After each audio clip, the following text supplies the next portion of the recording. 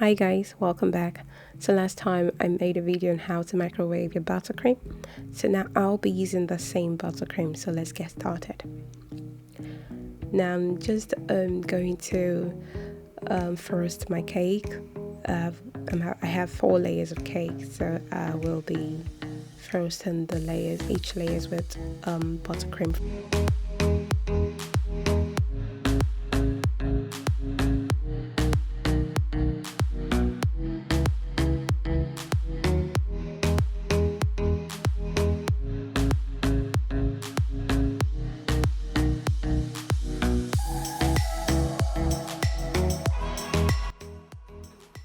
So now I've crumb coated and covered my cake in buttercream.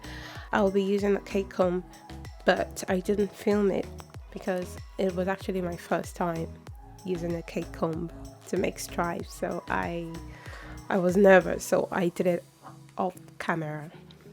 So yeah, I am now using the microwaved buttercream. As you can see, it's looking all right. Hopefully in the future I will do a proper tutorial on how to use a cake comb to achieve a perfect stripe. So please subscribe if you haven't, so you won't miss any of my future uploads.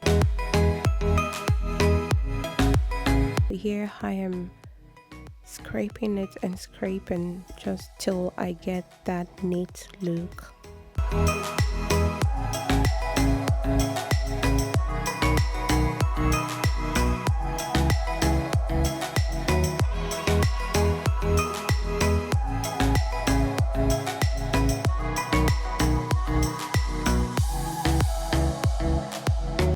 And now I'm adding the drips for an extra touch. And the remaining buttercream that I used for the stripes, I'm going to put it together and pipe it on top to make some pretty swirls. I'm using a one-hand piping nozzle to do this.